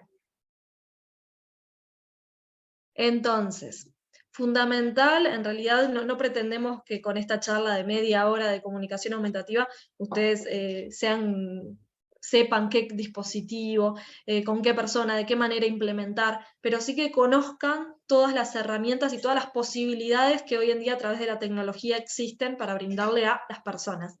Entonces, esto que vamos a ver ahora quizás es un poquito también más sencillo de aplicar en las aulas en un principio, pero sepan que si tienen estudiantes que ustedes creen que se pueden beneficiar con alguna de las cosas que vimos hoy, pueden escribirnos, pueden pedir ayuda, y podemos ver, bueno, situación a situación lo que van necesitando. Como complemento, muchas veces los estudiantes que utilizan sistemas de comunicación aumentativa para expresar, necesitan también los apoyos visuales para comprender lo que hablábamos hoy, para comprender, o también muchas veces para reducir ansiedad, reducir estrés, entender qué tienen que hacer en cada momento, anticipar situaciones. Entonces por ejemplo, es un ejemplo de una cartelera básica como de inicial, en el que están los pictogramas, cada uno de estos son un pictograma de imágenes, que, bueno, que representan los contenidos que habitualmente se dan en el aula, los colores, las vocales, bueno, emociones, clima, todo lo que aparece en realidad ahí. Entonces, no es lo mismo con estudiantes que presentan desafíos en el lenguaje, en la comunicación, simplemente dar el mensaje de manera oral, a acompañar lo que yo estoy diciendo con una imagen, ¿sí? Tampoco es lo mismo para estudiantes que quizás ya pueden seleccionar, preguntarle cómo está el clima, o de qué color es esta pelota, y darle dos opciones en imágenes para que puedan responder, ¿sí? Esto nos ayuda como a dar posibilidades de expresión más allá de la palabra hablada, del lenguaje oral. Esto es un ejemplo más de los que vio Esteban hoy, de señalética. Esto iría, por ejemplo, en la puerta de un gimnasio, entonces se muestra, bueno, qué se espera que yo pueda hacer ahí, a quién me voy a encontrar ahí adentro, cómo es ese espacio, ¿sí? Me anticipa lo que voy a encontrar. Esto ayuda muchísimo muchas veces, y además me ayuda yo manejarme en el espacio, ¿no? Saber, bueno, para dónde tengo que ir, y estas imágenes, encontrarlas en la puerta, orientan mucho más muchas veces para manejar la autonomía dentro de los espacios educativos. Otro ejemplo bien importante, las agendas visuales. En este caso, bueno, Paulina ya está usando una agenda visual en el aula con su acompañante, entonces ella ya al inicio del día le va marcando todo lo que va pasando en ese lapso de tiempo en el que ella esté ahí. ¿Sí? Va a tener que jugar, después tiene que hacer la ronda, después van a trabajar con la pelota, después merienda y después va a pintar, por ejemplo. Y bueno, y a medida que van pasando esas actividades, se van sacando los pictogramas y se va viendo, bueno, ¿ahora qué va? Bueno, terminamos de jugar, sacamos a la ronda. Terminamos la ronda, sacamos el de la ronda, que viene jugar con la pelota. Ayuda mucho en la comprensión, ayuda mucho en la anticipación de las actividades y en la aceptación. Esto trae muchas mejoras en la aceptación, en temas muchas veces más conductuales que aparecen en el aula, y los apoyos visuales con la reiteración del uso ayudan muchísimo. Nada de esto es mágico, obviamente, esto es un trabajo, bueno, diario, pero que al mediano plazo ayudan bastante. Otro ejemplo, en realidad, de lo que es señalética, ¿sí? El acompañar, bueno, esto en este caso serían como, bueno, los colores, ¿qué quieren decir esos colores? ¿Qué puedo hacer a través de esos colores? Una explicación un poquito más clara de eso. Otros ejemplos de señalética para las aulas, para enmarcar los diferentes espacios. Y bueno, y por último, en realidad, mostrarles la importancia de los chiquines que utilicen sistemas de comunicación aumentativa que presentan desafíos en la comprensión. Si yo le estoy pidiendo y él está pudiendo expresar a través de imágenes, también las actividades que yo le proponga de aula debieran estar acompañadas por ese lenguaje que esa persona está pudiendo utilizar. Bien, entonces, acompañar los materiales por imágenes, permitirle al estudiante expresar lo que sabe a través de imágenes, seguramente le va a abrir una puerta mucho más grande de posibilidades que si solo me quedo exigiendo o esperando en realidad la parte oral, la parte verbal. Bien, ejemplo de recetario que lo vieron hoy con Esteban, lo mismo, más que nada pensando en talleristas, este ejemplo está muy bueno. Bueno, y bien, para cerrar simplemente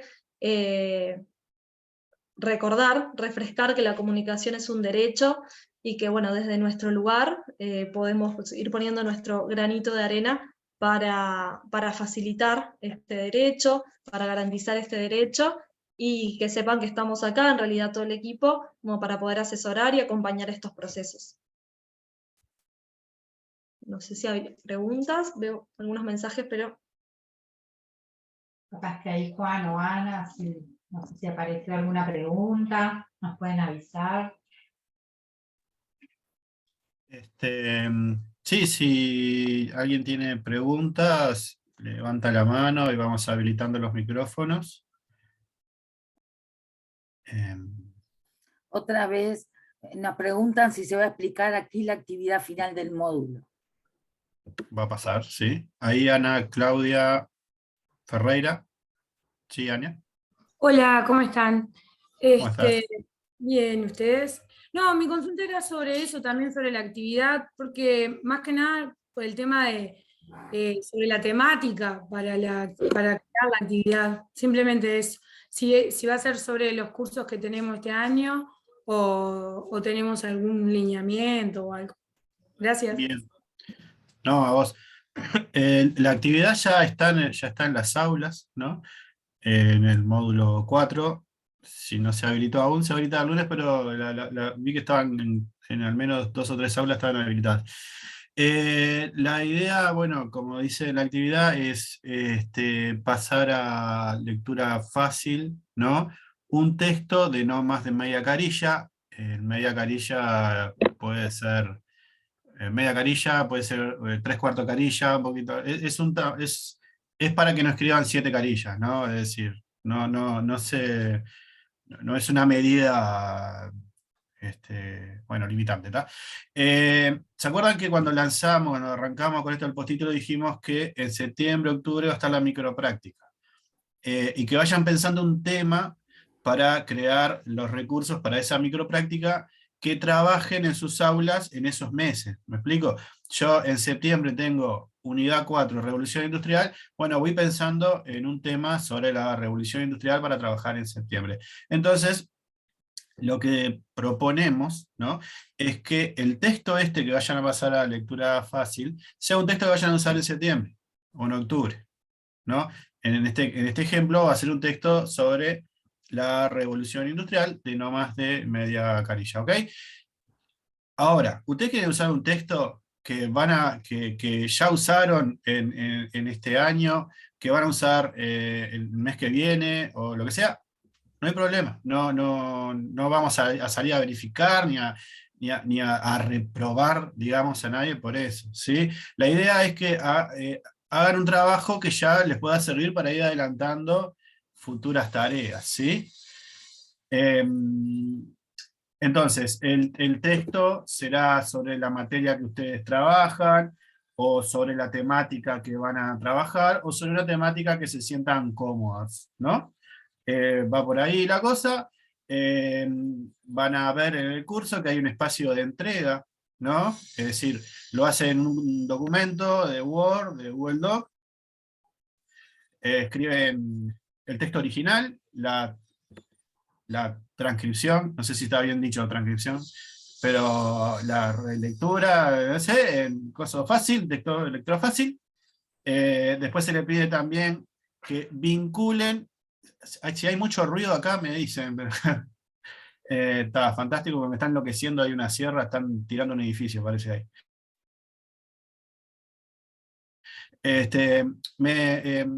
Texto original, transcripción, y ahí pide que se vincule un recurso educativo abierto, de cualquier parte del universo, ¿tá?, en el cual se puede usar esta transcripción. No tienen que crear un recurso nuevo, no tienen que intervenir más, simplemente ponen, este recurso que encontré acá, puede incluir este texto. Y con eso ya somos muy felices. ¿Ok? Mayra, tenés la mano levantada y hay un montón de preguntas más por ahí en el chat. Mayra. Sí, buenas tardes. Mi pregunta iba más o menos por lo que explicaba Esteban con respecto a las pautas de lectura fácil.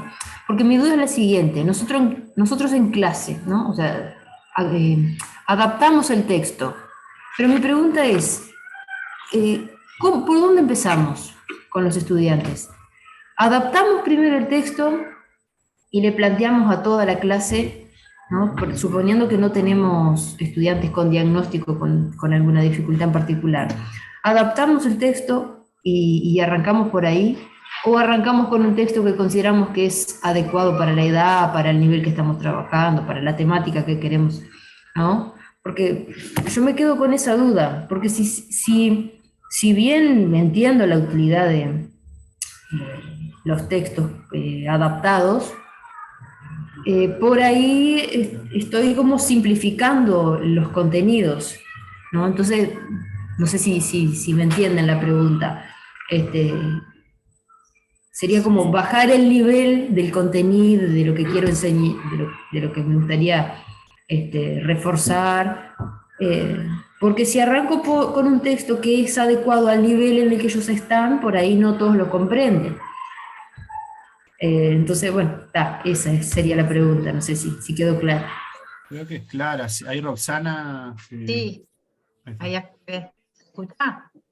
Sí.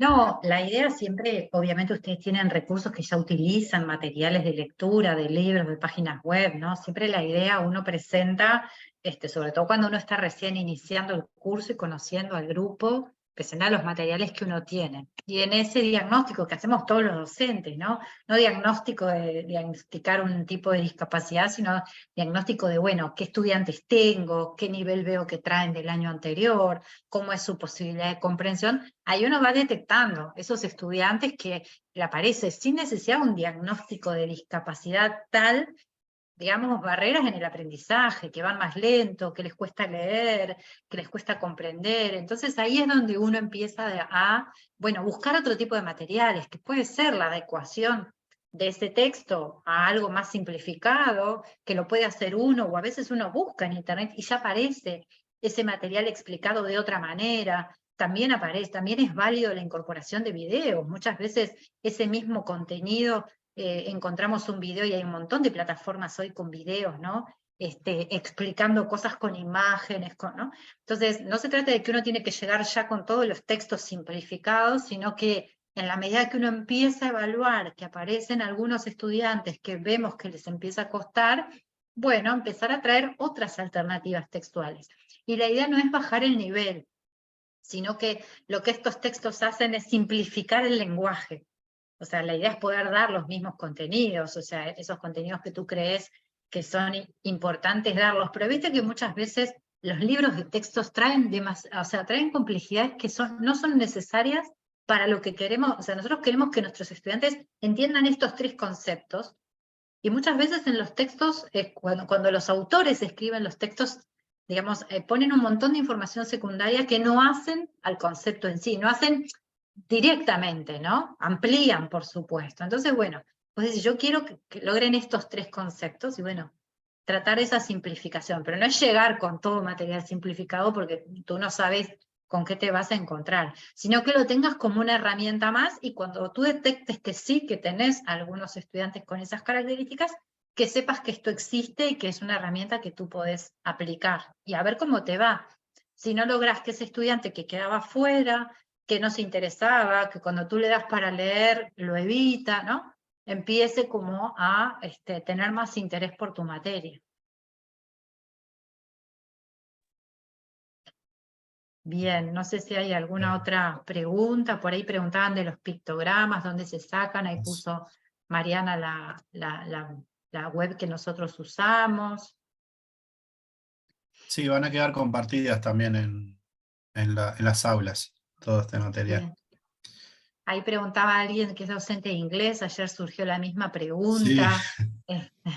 La idea, por lo menos Juan, lo que contestaste ayer es que lo podían hacer en inglés, que ustedes iban a ver el tema de la corrección. De todas maneras, si lo quieren hacer, la docente de ayer dijo que lo iba a hacer en inglés y en español. Sí, ahí va, si la tarea la información es inglés, el material lo precisa en inglés, se hace en inglés el trabajo, y nosotros resolveremos cómo lo corregimos. Preguntan... Sí, Claudia ¿fue? No, agradecía la respuesta, muchas gracias. Que yo había preguntado en el... Bien, perfecto. Dice, el texto puede ser de un libro, extraído de la web, y sí, siempre recordemos respetar la cuestión de los de las leyes de autor, los recursos, todo esto que ya saben de mucho, que han estudiado tanto en este trayecto y lo manejan así al toque, ¿no? Pero sí, puede ser tomado de ustedes consideren. Ariel, ¿levantaste la mano? Sí, ¿qué tal? ¿Cómo andan? Lo que yo veo, por supuesto muy interesante, más allá de la tarea, es que en caso de que tengamos dudas, capaz que ya conocíamos el CERTI o Creática, eso, el espacio donde trabajan ustedes, y creo que de ahora en adelante sabemos, estamos en conocimiento de que ante algún inconveniente que se nos presente en las aulas, sabemos a dónde recurrir. Entonces vamos a tener este espacio, y también comunicarlo en los diferentes centros donde trabajamos, que tenemos eso que capaz que no lo conocíamos. ¿Me entienden? Yo, por ejemplo, si bien sí había escuchado CERTI, pero en realidad no sabía estas posibilidades que uno puede tener para acceder y para facilitarle nuestro trabajo, ¿no? ¿Verdad? Eso, nada más. Gracias, Ariel. ¿En dónde trabajas? ¿En qué subsistema trabajas tú? Yo trabajo en secundaria, este año tengo grupos en séptimo y en octavo, también en bachillerato, tengo un quinto humanístico en el Liceo de Tambores en Tacuarembó, y también trabajo en formación docente. Bien. Y bueno, pero por ahí, Sí. bastante variada la cosa. Es importante lo que tú decís porque bueno, el CERTI Ceibal trabaja con todos los subsistemas. Yo les dejé el blog ahí, que también hay un mail, certiceibal@ceibal.edu.uy. Nosotros estamos para recibir consultas siempre que ustedes tengan un estudiante con una condición de discapacidad. y que se les presenten barreras, nos pueden escribir, y bueno, pueden solicitar un asesoramiento, un recambio de dispositivo, una rampa digital. En el nivel secundario, además, ustedes tienen el CER, con CER, que es para estudiantes ciegos o con baja visión, y CERESO, que es para estudiantes sordos o con hipoacusia. En el nivel de secundaria, por eso te preguntaba, el CERTI se especializa más en los apoyos a estudiantes con discapacidad motriz, que no puedan usar la tecnología, o discapacidad más de tipo cognitiva, donde podamos aportar recursos, ¿no? Así que obviamente estamos a las órdenes para todos los docentes que tengan algún estudiante, completando ese formulario de accesibilidad del estudiante, podemos coordinar un encuentro, una reunión por Zoom, incluso para los que están en el interior, y conocer más de cerca el caso y tratar de acompañarlos. Claro, porque digo, vieron que ustedes mostraban, por ejemplo, una cantidad de dispositivos, una serie de dispositivos ahí que no son de fácil acceso, no los tenemos a la orden de, ¿cómo les puedo decir? No es, yo qué sé, no lo tenés, no vas a una librería o no vas a un centro en el interior, por ejemplo, y no lo encontrás de forma tan fácil. Porque yo al principio, digo, esa era una de las preguntas que les iba a hacer y dejé correr la charla, y bueno, ustedes decían, en realidad estos dispositivos los tenemos nosotros y los podemos proveer.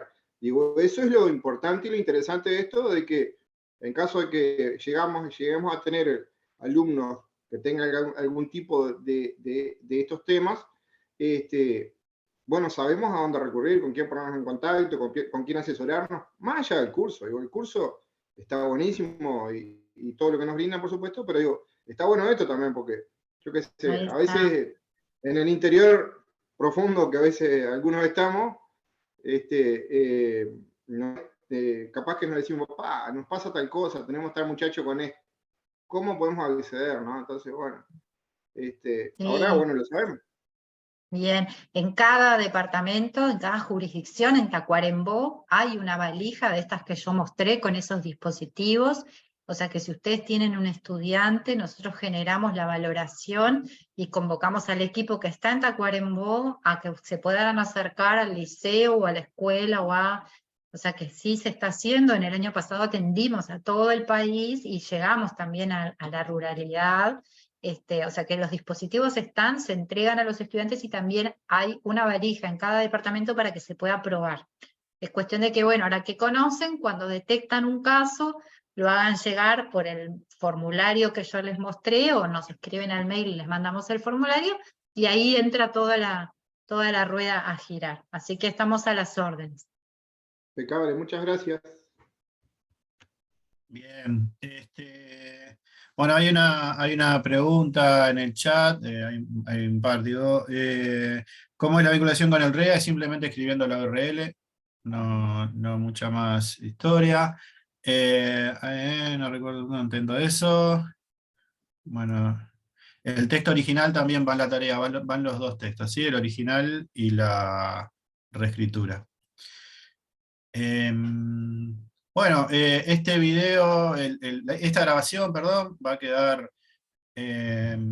subida en el espacio de Bedelía, si quieren repasar algo, o como bien decía Ariel hace un rato, si tienen una pregunta, no duden en hacerla, si tienen una duda, no duden, y bueno, estas diapositivas, ¿van a ser compartidas estas diapositivas, compañeras de Sarti? No me acuerdo si... Bueno, silencio, el que calla otorga, así que sí, van a ser... No, primero que queda el video. Sí, el video. Claro, y ahí están las diapositivas, podemos compartir, capaz que tenemos que sacar algunas cuestiones de imágenes de los niños, ¿no? Y esas cosas. Pero... Ahí está. Sí. El material que se trabajó, es decir, los conceptos, las ideas, etcétera, va a estar todo, ¿está? Después las diapositivas en sí misma, que básicamente es lo que da un orden a todo esto, vemos, ¿tá? Pero creo que lo importante es que todos los materiales y todas estas cuestiones van a estar, así que en eso no se preocupen. Bueno, muchas gracias a todos por estar un viernes a las 2 de la tarde con este frío dispuestos, y nada, la vamos siguiendo por todos los canales que hemos abierto hoy. ¿Sí? Así que, de vuelta, muchas gracias a Certina, de verdad, en serio. Y porque no solo fue hoy, fue también ayer. Y bueno, siempre están dispuestos a darnos una mano. Bueno, Mariana, gracias a Esteban, ustedes, gracias Juan, gracias Ana, a todos los compañeros de Ceibal que están ahí, y bueno, a todos los docentes que están hoy escuchando, quedamos a las órdenes, les mandamos un abrazo. Bueno, gracias. Buena semana. Chao, Chao, que chao. pasen bien. Chao, chao.